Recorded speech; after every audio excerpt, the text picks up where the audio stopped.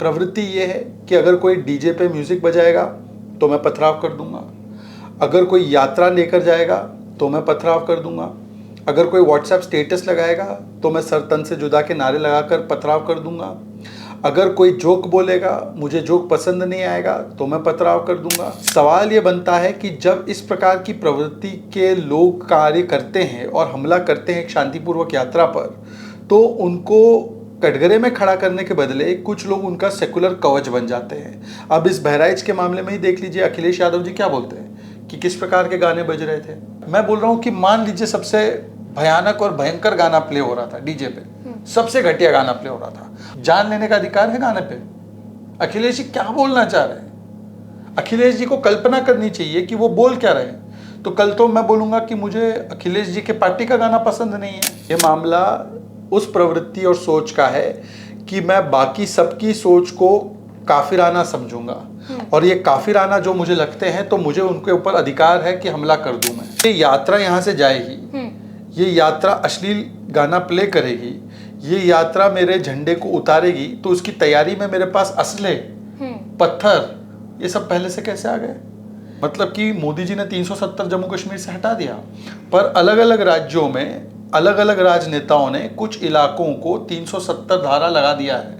वहां पर हिंदू अपनी यात्रा नहीं ले जा सकता क्योंकि वो मुस्लिम इलाका है। भाई ये मुस्लिम इलाका क्या होता है? आतंक का कोई धर्म नहीं होता, कानून व्यवस्था बिगड़ने का कोई धर्म नहीं होता, इलाकों का धर्म हो जाता है। कोई भी हिंदुओं का त्योहार नहीं रहा है, कोई भी धार्मिक यात्रा नहीं रहा है जिसमें पथराव नहीं हुआ हो। तो ऐसी लगातार अगर चीजें होती जा रही हैं तो सरकार इन चीजों पे संज्ञान क्यों नहीं दे रही है? बस सबसे पहले समझना होगा कि बहराइच कोई आइसोलेटेड या एक मामला नहीं है।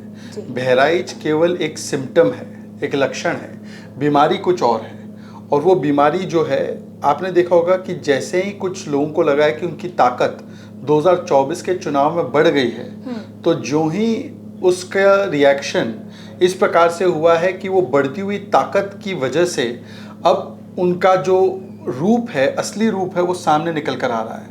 और लगातार आप देख सकते हैं कि ऐसा कोई हिंदू त्यौहार नहीं है जिस पर कोई हमला ना किया गया हो, चाहे वो बंगाल हो, चाहे वो उत्तर प्रदेश हो, चाहे वो दिल्ली हो, चाहे वो महाराष्ट्र हो, चाहे वो कर्नाटका हो, चाहे वो गुजरात हो, तो चाहे भाजपा शासित प्रदेश हो या कांग्रेस शासित प्रदेश हो या इंडिया अलायंस का प्रदेश हो। सवाल प्रदेश का नहीं है, सवाल प्रवृत्ति का है। और प्रवृत्ति क्या है? प्रवृत्ति ये है कि अगर कोई डीजे पे म्यूजिक बजाएगा तो मैं पथराव कर दूंगा, अगर कोई यात्रा लेकर जाएगा तो मैं पथराव कर दूंगा, अगर कोई व्हाट्सएप स्टेटस लगाएगा तो मैं सर तन से जुदा के नारे लगाकर पथराव कर दूंगा, अगर कोई जोक बोलेगा, मुझे जोक पसंद नहीं आएगा तो मैं पथराव कर दूंगा। तो ये भावनाएं आहत हो जाती है जो, और उसकी प्रतिक्रिया में मैं पथराव कर दूंगा या सर तन से जुदा के नारे लगाते हुए सड़कों को जाम कर दूंगा, ये प्रवृत्ति दरअसल विषय है। और इसीलिए हम देख सकते हैं कि पूरे देश भर में सवाल ये बनता है कि जब इस प्रकार की प्रवृत्ति के लोग कार्य करते हैं और हमला करते हैं एक शांतिपूर्वक यात्रा पर, तो उनको कटघरे में खड़ा करने के बदले कुछ लोग उनका सेकुलर कवच बन जाते हैं। अब इस बहराइच के मामले में ही देख लीजिए, अखिलेश यादव जी क्या बोलते हैं कि किस प्रकार के गाने बज रहे थे। मैं अखिलेश जी से पूछना चाहता हूँ, चलिए मान लेते गाना अश्लील भी हो, मान लीजिए, तो अश्लील गाना, अखिलेश यादव जी का कहना ही तो ये है कि उकसाया जा रहा है। तो मैं वही कह रहा हूँ कि उकसाने की सजा ये होगी कि सर तन से जुदा कर दिया जाएगा, उकसाने की सजा ये होगी कि गोली मार दिया जाएगा। ये तो संविधान की बात करते हैं ना Akhilesh Yadav, PDA, India alliance तो संविधान की बात करता है ना। तो म्यूजिक बजाने की सजा क्या गोली मारकर है? अगर कोई फ्लैग हटा दिया गया है तो उसकी सजा गोली मारकर है। अगर कोई उकसा रहा है तो उसकी सजा गोली मारकर है। इसके ऊपर आप, अगर आपको कोई उकसा रहा है या कोई ऐसा गाना बजा रहा है तो आप वीडियो टेपिंग कर लेते। अब तो मोबाइल फ़ोन सबके हाथ में, वीडियो बनाकर पुलिस थाने दे देते। हम तो कानून व्यवस्था और कानून के निज़ाम से चलने वाले देश है। तो ये जायज़ीकरण जो होता है, और जायज़ीकरण कहाँ तक होगा? रुपेश पांडे झारखंड में अपनी सरस्वती पूजा करने जा रहा था, 17 वर्षीय बच्चा, उसको भीड़ ने पकड़ कर पीट कर मार दिया। उसने क्या गलत किया? उसने किसको उकसाया? ये उकसाना और ये प्रतिक्रिया हुई क्योंकि कोई क्रिया हुई, तो फिर तो मैं कहूँगा कि गुजरात दंगे भी तो प्रतिक्रिया में हुई ना। 58 कार सेवक जब मारे गए तभी तो गुजरात दंगे हुए। तो वहाँ पर आप क्रिया प्रतिक्रिया क्यों नहीं बताते? क्रिया प्रतिक्रिया बताना ये सरासर एक तरह से सुरक्षा कवच है इन लोगों को देना। और मुझे एक बात बताइए कि ये यात्रा यहाँ से जाएगी, ये यात्रा अश्लील गाना प्ले करेगी, ये यात्रा मेरे झंडे को उतारेगी, तो उसकी तैयारी में मेरे पास असले, पत्थर, ये सब पहले से कैसे आ गए? इसका मतलब साफ है कि ये सब सुनियोजित ढंग से प्री प्लान तरीके से किया जाता है। और कुछ इस देश में इलाके बन चुके हैं जिसको बताया जाता है नो गो जोन। नो गो जोन का मतलब जानते हैं आप? मतलब कि मोदी जी ने 370 जम्मू कश्मीर से हटा दिया, पर अलग अलग राज्यों में अलग अलग राजनेताओं ने कुछ इलाकों को 370 धारा लगा दिया है। वहाँ पर हिंदू अपनी यात्रा नहीं ले जा सकता क्योंकि वो मुस्लिम इलाका है। भाई ये मुस्लिम इलाका क्या होता है? वैसे तो धर्म, आतंक का कोई धर्म नहीं होता, कानून व्यवस्था बिगड़ने का कोई धर्म नहीं होता, इलाकों का धर्म हो जाता है। मेरा सवाल ये है कि जैसे कितने साल हो गए हैं हमारे देश के आज़ादी को, और हमारा देश जो है सेक्युलर के उस पर बहुत फेमस है कि भाई यहाँ पे डेमोक्रेसी है, सेक्युलरिज्म बहुत है, तो लोग बहुत मानने वाले हैं। सेक्युलरिज्म नहीं है ना, ये वन वे सेक्युलरिज्म है। आप बताइए कि कभी भी आपने ये खबर सुनी है कि शब बारात की यात्रा पर ईद के समय मेरा पर सवाल कोई आगे ये पथराव था हो? कि आज तक इस चीज़ का, जैसे हिंदुओं के धार्मिक यात्राओं पे अगर सिक्योरिटी का नीड होता है तो शबे बारात पे जब और ताजिया जब निकलता है तब कभी सिक्योरिटी का नीड आज तक क्यों नहीं हुआ? इसीलिए तो मैं कह रहा हूँ ये मामला प्रदेश का नहीं है, ये मामला प्रवृत्ति का है। ये मामला उस प्रवृत्ति और सोच का है कि मैं बाकी सबकी सोच को काफिराना समझूंगा, और ये काफिराना जो मुझे लगते हैं तो मुझे उनके ऊपर अधिकार है कि हमला कर दूं मैं। यही वो सोच है जिससे कि ये हमले होते हैं। अन्यथा अगर आपको कोई उकसा भी रहा है तो कानून के दायरे में जाकर उस पर शिकायत कीजिए। क्या हिंदू देवी देवताओं के बारे में अनाप शनाप नहीं बोला जाता? पर आप बताइए कि कभी हिंदू देवी देवताओं के बारे में कुछ अनाप शनाप बोला गया हो और 1 लाख की भीड़ सड़कों पर उतरी हो और बोल रही हो सरतन से जुदा, सरतन से जुदा? नहीं, हिंदू जो है वो जाकर कंप्लेंट करता है, शिकायत करता है, कोर्ट में मामला ले जाता है, एफआईआर होती है और कानूनी प्रक्रिया से उसके ऊपर कार्रवाई होती है। तो यही है कि कुछ लोग जो है संविधान की बातें जरूर करते हैं पर संविधान से उनका कोई रिश्ता नहीं है। उनके लिए संविधान नहीं, उनके लिए उनका जो सोचने का तरीका है वही ऊपर होता है, और इसीलिए वो अपनी प्रवृत्ति दिखाते हैं और उस प्रवृत्ति को सेकुलरिज्म की राजनीति के नाम पर संरक्षण दिया जाता है। मैं उनसे ज़्यादा जिम्मेदार उन राजनेताओं को मानता हूं, जैसे कि कर्नाटका में हमला हुआ गणेश विसर्जन यात्रा पर। गणेश जी की मूर्ति को, गणेश जी की प्रतिमा को पुलिस वैन में डाला गया। किसी और की हिम्मत है किसी और धर्म के पैगंबर या इस प्रकार से दिखाने की या करने की? और उस समय पर भी वहाँ के गृह मंत्री बोलते हैं ये हमला नहीं था, ये एक्सीडेंट हो गया। मतलब धारदार हथियारों से हमला हुआ, पत्थर बरसाए गए, वो एक्सीडेंट था। ये ऑन रिकॉर्ड बयान है। पश्चिम बंगाल में रामनवमी पर हमला हुआ था, रामनवमी यात्रा पर। ममता बनर्जी ने बोला आप वहाँ पे गए कि वो मुस्लिम इलाका है। अरे मतलब मुस्लिम इलाके में रामनवमी की यात्रा नहीं जा सकती? और उन्होंने बोला कि ये हमला मुस्लिम तो कर ही नहीं सकते क्योंकि रोजेदार कभी कोई गलत काम नहीं करता। मतलब सारा का सारा जो ठीकड़ा है वो एक ही समुदाय पर डाल देना, और जो दूसरे लोग हैं दंगों में शामिल उनको क्लीन चिट दे देना। और ये लगातार कल भी जो स्टेटमेंट एसटी हसन का, अखिलेश यादव का आया है वो एक प्रकार से दंगाइयों को सुरक्षा कवच, और उन्होंने अपने शासनकाल में भी तो दंगे ही करवाए। 700 से अधिक दंगे अखिलेश यादव के ज़माने में हुए और दंगाइयों को सुरक्षा कवच दिया गया। मुजफ्फरनगर दंगा आपको शायद याद होगा कि किस प्रकार से जो पीड़ित पक्ष था उन पे केस हुए और जो दंगाई पक्ष था उनके केस वापस हुए और उनको मुआवजा मिला। तो वही तो अखिलेश यादव जी कहना चाहते हैं कि भाई अगर योगी जी ने ये चीज़ बोला है, दावा ठोक के किया है कि मेरे शासन में ये चीज़ें नहीं होंगी, ना दंगा होगा, ना कोई अपराध होगा, ना कुछ होगा, कोई ऐसी चीज़ें नहीं होंगी जिससे पब्लिक को कोई भी दुविधा हो, कोई भी चीज़ हो, तो इन चीज़ों को लेकर अखिलेश यादव यही तो बोलना चाहते हैं कि योगी की सरकार में ऐसा हो क्यों रहा है? देखिए ऐसा है कि ये ऑन रिकॉर्ड है कि 70% लूटपाट, 30% मर्डर की घटनाएं, 52% रेप की घटनाएं कम हुई है। आज कन्विक्शन रेट महिला अपराध में उत्तर प्रदेश में सबसे हाईएस्ट है देश में, 71%। आज जहां पर 2-2, 3-3 दंगे हर एक महीने में होते थे। उत्तर प्रदेश में 700 से अधिक दंगे हुए थे अखिलेश जी के राज्य में। याद होगा मुजफ्फरनगर दंगा और अलग अलग जगहों पर जो दंगे हुए थे। आज इस प्रकार की स्थितियां कहीं पर भी नहीं होती, और अगर कहीं पर छिटपुट घटना होती है तो उसको तुरंत काबू में लिया जाता है। पर सवाल ये बनता है कि जब दंगाइयों पर कार्रवाई होती है तो उन दंगाइयों के लिए एक इकोसिस्टम खड़ा हो जाता है। मैं आपको और एक उदाहरण देता हूँ। दिल्ली में ताहिर नाम के आम आदमी पार्टी के विधायक तो नहीं, वो पार्षद था, पार्षद ने जितने बड़े दंगे की, अंकित शर्मा आईबी ऑफिसर को गोंद कर मार दिया। उस दंगे में रतनलाल, दिलबर नेगी, ना जाने कितने सारे हमारे हिंदू भाई बहन मारे गए, और उनके लिए खड़ी हो गई पूरी इकोसिस्टम। और ताहिर को बोला गया कि ताहिर क्योंकि मुसलमान है उसको पीड़ित किया जा रहा है। आज तक ताहिर को कोर्ट से बेल नहीं मिली है, और उसके लिए जावेद अख्तर से लेकर महबूबा मुफ्ती से लेकर संजय सिंह, अमानतुल्लाह खान, आम आदमी party, Samajwadi party, Congress party, सब ने एक स्वर में उसके पक्ष में बोला। तो दंगाइयों के ये सुरक्षा कवच जो भाईजान बन जाते हैं, दंगाइयों के भाईजान। मैं आपको दूसरा उदाहरण देता हूँ। कर्नाटका में अभी आपने देखा होगा बवाल मचा, हुब्बली दंगे हुए थे। हुब्बली के दंगे में जहां पर कोर्ट राहत नहीं दे रहा, यूएपीए का मामला बना है, ऐसे एमआईएम के दंगाइयों को कांग्रेस पार्टी ने उनके केस वापस लिए।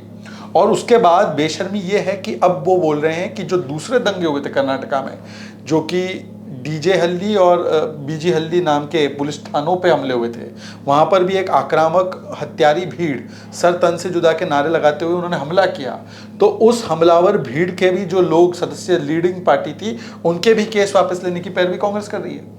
मतलब कि जब दंगाइयों को कोर्ट से राहत नहीं मिलती तो कांग्रेस पार्टी उनके केस वापस करवाती है, समाजवादी पार्टी उनके पक्ष में बोलती है, आम आदमी पार्टी उसके लिए विक्टिमहुड कार्ड खेलती है। ये विस्तृत नेटवर्क है दंगाइयों का सुरक्षा कवच, और आज इन दंगाइयों के सुरक्षा कवच के बारे में हमको बात करनी चाहिए।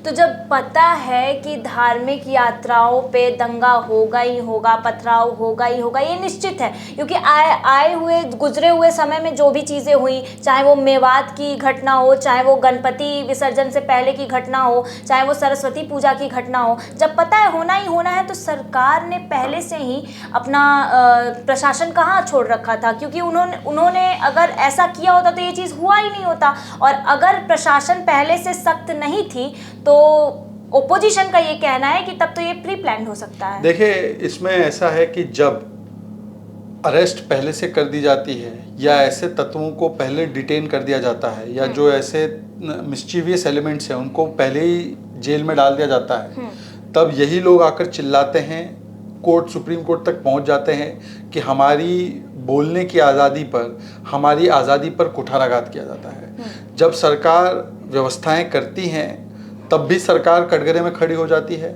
और जब इस प्रकार की घटना होती है और सरकार कार्रवाई करती है, बुलडोज़र एक्शन से लेकर अलग अलग कार्रवाई करती है। अभी एफआईआर आई है तो एफआईआर में किसके नाम सामने आए हैं, फिर उसके ऊपर कार्रवाई जब होती है, सख्त से सख्त कार्रवाई होती है, तब उनके पक्ष में भी खड़े हो जाते हैं। तो मुझे लगता है कि चिट भी मेरी पट भी मेरी ऐसे नहीं हो सकता।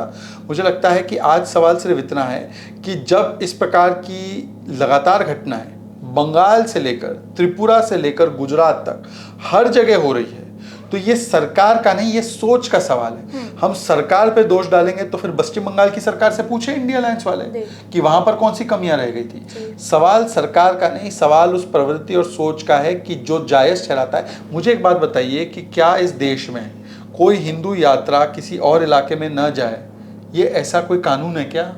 और अगर चली जाए तो उस पर पथराव होना जरूरी है क्या? और अगर कोई डीजे का म्यूजिक बजा भी दे और आपको म्यूजिक पसंद नहीं है, तो क्या जान लेने का अधिकार किसी के पास है क्या? आज सवाल सिर्फ इतना है कि जान लेने का अधिकार, किसी को 20-20 गोलियां दागने का अधिकार किसको मिला हुआ है, और ये किसके पास है? चाहे जो भी मैं बोल रहा हूं कि मान लीजिए सबसे भयानक और भयंकर गाना प्ले हो रहा था डीजे पे, सबसे घटिया गाना प्ले हो रहा था, हालांकि ऐसा कुछ गाना था नहीं वो, पर मान लीजिए हो रहा था, जान लेने का अधिकार है गाने पे? अखिलेश जी क्या बोलना चाह रहे हैं?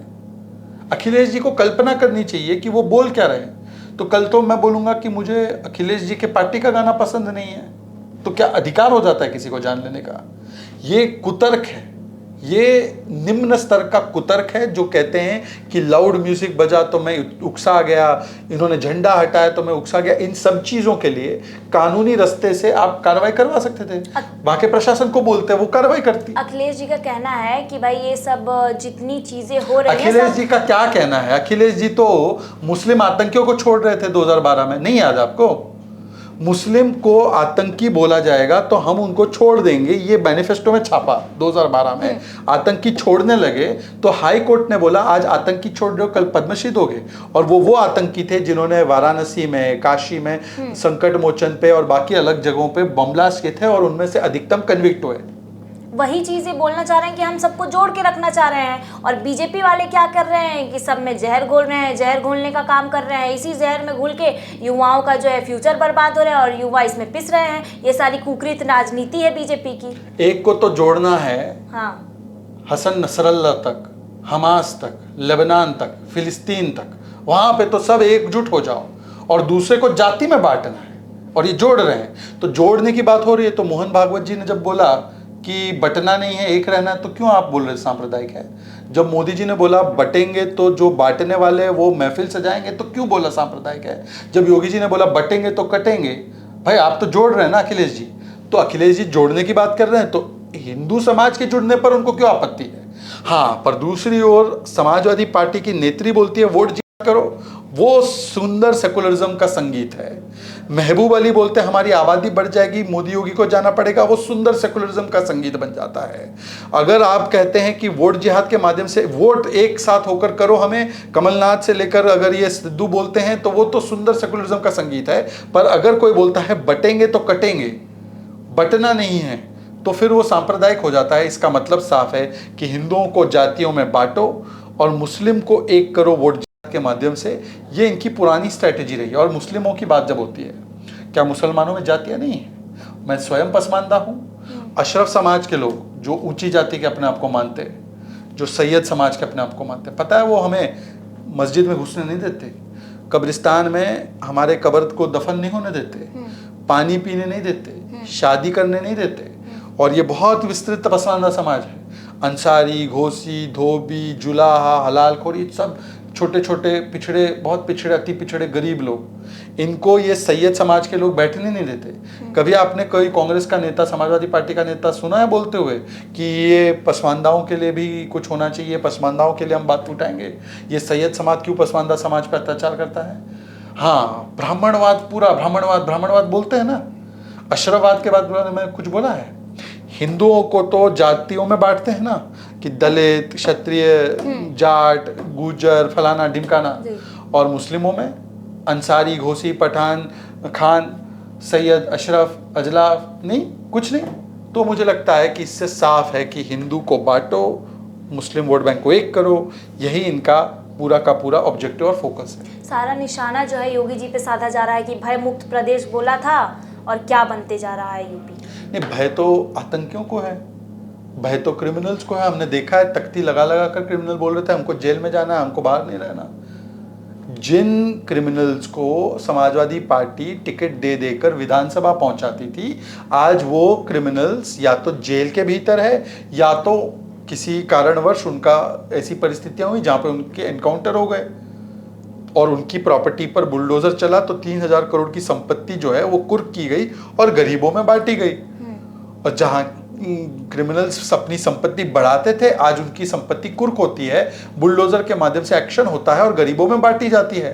तो आज निश्चित रूप से भय है। उत्तर प्रदेश में कानून का भय है और ये भय आतंकियों को, ये भय अलगाववादियों को, ये भय अपराधियों को महसूस हो रहा है। अब समाजवादी पार्टी को क्यों महसूस हो रहा है ये आप समझ गए होंगे। बहराइच के लोग इतना डर गए हैं कि बोल रहे हैं कि आने वाले समय में हमारा जो है हाल बांग्लादेश के जैसे ही होने वाला है। देखिए, इस पूरे मामले से एक सीख तो जरूर लेनी चाहिए। एक सीख जरूर लेनी चाहिए कि आपने बहुत सारे लोगों के लिए बहुत कुछ किया, नल बिठा दिए, शौचालय बिठा दिए, आपने घर में पक्के आवास बना दिए, आपने सब कुछ किया। और उसके बाद भी जब वोट देने की बारी आई तो उन्होंने देखा कि हम बटेंगे नहीं, हम एक तरफा जाकर जज्बे, वोट जज्बा दिखाते हुए हम अपनी पार्टी के लिए वोट कर देंगे जिसने हमें टैप दिया, जिसने हमें सिलेंडर दिया, जिसने हमें पक्का आवास दिया, जिसने हमें बैंक अकाउंट दिया, जिसने हमें मुद्रा लोन दिया, किसी उसको वोट नहीं देना है।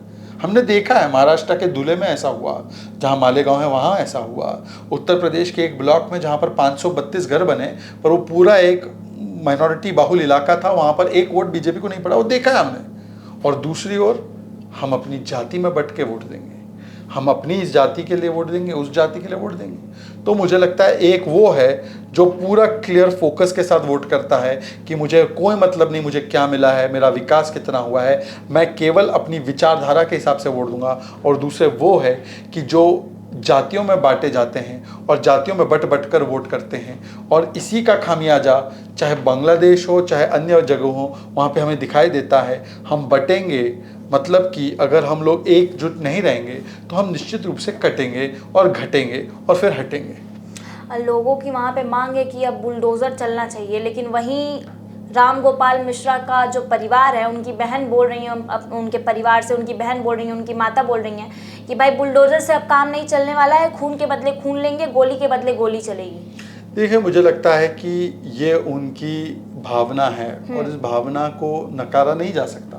मैं यहाँ पर जितनी भी संविधान की बात कर लूँ, जितनी भी कानून की बात कर लूँ, जिसके घर का बेटा गया है, जिसके घर का परिवार, जिसके घर का चिराग बुझा है, वो निश्चित रूप से चाहता है कि उसे पूरा न्याय मिले, और न्याय पूरा मिले, कानूनी ढंग से मिले, संवैधानिक तरीके से मिले, तुरंत मिले, और ऐसा न्याय मिले कि इससे हजारों में भय पैदा हो। ऐसा न्याय ज़रूर मिलेगा और इस केस को टेस्ट केस बनाया जाएगा। जी, तो अब तो लोग बोल रहे हैं कि जिस हिसाब से यूपी में दंगे हो रहे हैं, मर्डर हो रहे हैं, उस हिसाब से अब बुलडोजर का डर रहा नहीं है।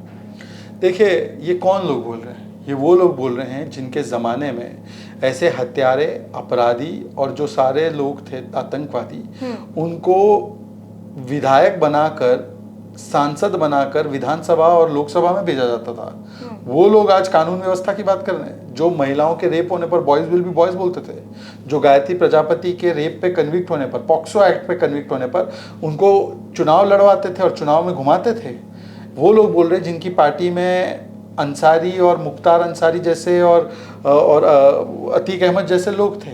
तो मुझे लगता है कि कम से कम उनको अपना चरित्र देखना चाहिए। जिन लोगों का चरित्र ही दंगों का, गुंडाइयों का रहा, गुंडागर्दी का रहा है, वो कम से कम इस प्रकार की नसीहत ना दे।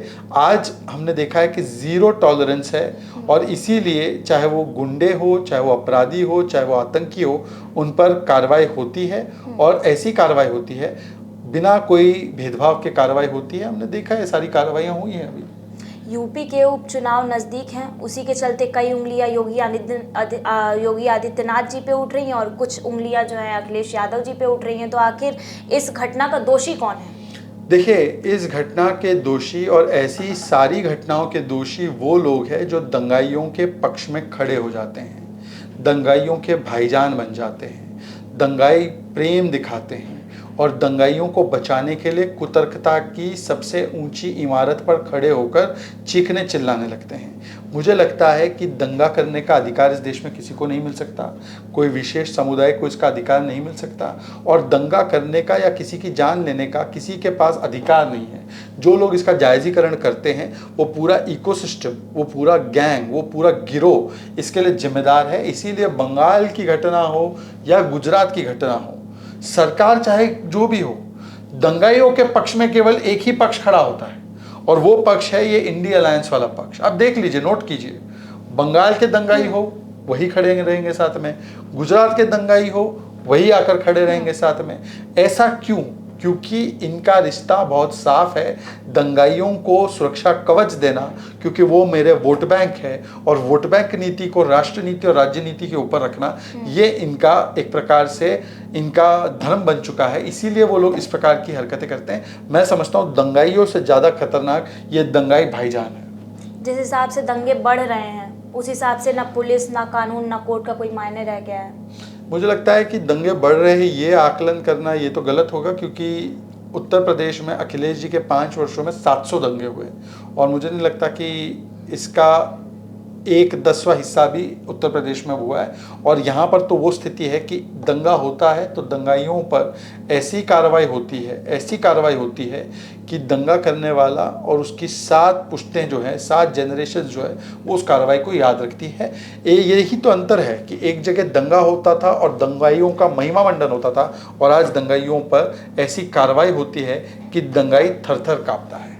अच्छा, योगी जी ने तो सख्त निर्देश दिए हुए हैं, लेकिन हत्यारों को क्या सज़ा मिलनी चाहिए कि भाई आने वाली जो जनरेशन है या आने वाला जो समय है वो अपने टाइम तक याद रखे कि भाई ऐसा कुछ नहीं करना है अब, नहीं तो ये सारी चीज़ें होंगी हमारे साथ, ये सज़ा मिलेगा। देखिए, मुझे लगता है कि कानून में तो दंगाइयों के लिए, हत्यारों के लिए जो सज़ा है वो तो है ही, पर जो दंगाइयों की हौसला अफजाई करते हैं, जो दंगाइयों का इकोसिस्टम बनते हैं, जो दंगाइयों की पैरवी करते हैं और जो दंगाइयों को जायज़ीकरण करते हैं, मुझे लगता है उन पर भी इस प्रकार की कार्रवाई होनी चाहिए, कठोर कार्रवाई होनी चाहिए, और इनको बेनकाब इनके हिजाब उतारे जाने चाहिए, ताकि ये जो लोग आते हैं और अपनी उदारवादी नीतियों के या सेकुलरवाद की नीतियों के तहत इन दंगाइयों को कवर देते हैं, ऐसे लोगों का पर्दाफाश होना ज़्यादा ज़रूरी है। दंगाइयों से ज़्यादा खतरनाक वो गिरोह है जो इनके काले कृत्यों पर हिजाब डालने का काम करता है, सेकुलरिज्म का भी और लिबरलिज्म का भी। आज उस हिजाब को उतारने की आवश्यकता है। धन्यवाद। बहुत बहुत तो आज के लिए बस इतना ही, और हमारे चैनल पे आप लाइक कीजिए, सब्सक्राइब कीजिए और अपना विचार भी अपने कमेंट में जाहिर कीजिए। तब तक के लिए नमस्कार, धन्यवाद, जय हिंद।